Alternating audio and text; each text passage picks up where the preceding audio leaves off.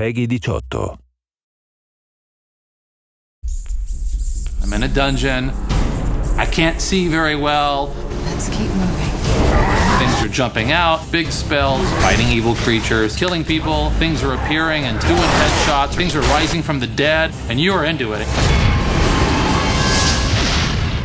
Hunted's a fast-paced game with a lot of depth. We work for the Lord Mayor of Dyfed. We talk about telling a dark story, but we wanted to make sure that our player was going to experience really diverse environments. Terrors down there in the dark. It was just kind of, me and Rob, our art director, getting together and kind of talking about what would it look like, what would the technology be like, and that's kind of the way that the game evolved.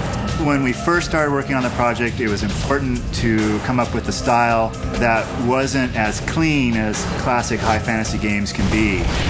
We know the place. I just felt like a true Middle Ages-like era would be dirty, things would be worn, untended, and so things are crumbling and falling apart. We try to tell the story with the environment.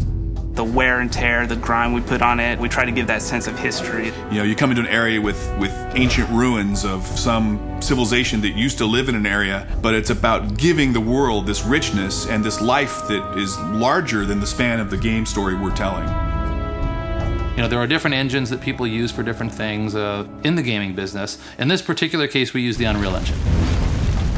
Our focus going into this project was actually try to do what Unreal does best. Third-person shooter games and games that involve cover. And if you are moving forward into landscapes and environments, the Unreal Engine does it perfect. So what that did was allow us to spend 100% of our efforts on game design and graphic fidelity. Throughout the game, whether you're underground or above ground, you'll come around a corner and get these just amazing views.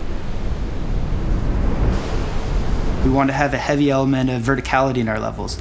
As a ranged character, sometimes being up in a post is the better area because you can get a view.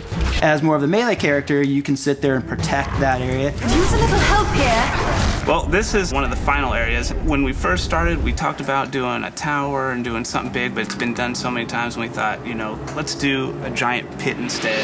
There might be a little bit of a spider problem down here.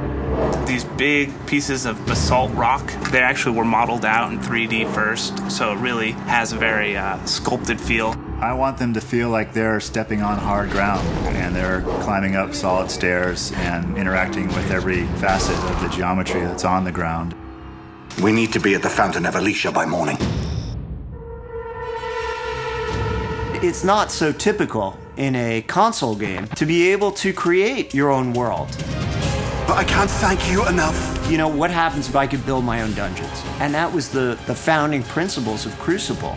What we allow the players to do is, jump in there, grab these unique levels that we created, put them in a map, populate them with the enemies you want and the way that you want, and create an experience for somebody else. There's a whole list of parameters that they can put on, whether it's timed or how many waves of enemies. We just give the user the ability to be the game maker. At first, when the idea was pitched to me, I actually thought we're crazy. Those beasts are everywhere. So this team goes in there, and they're actually making the levels awesome.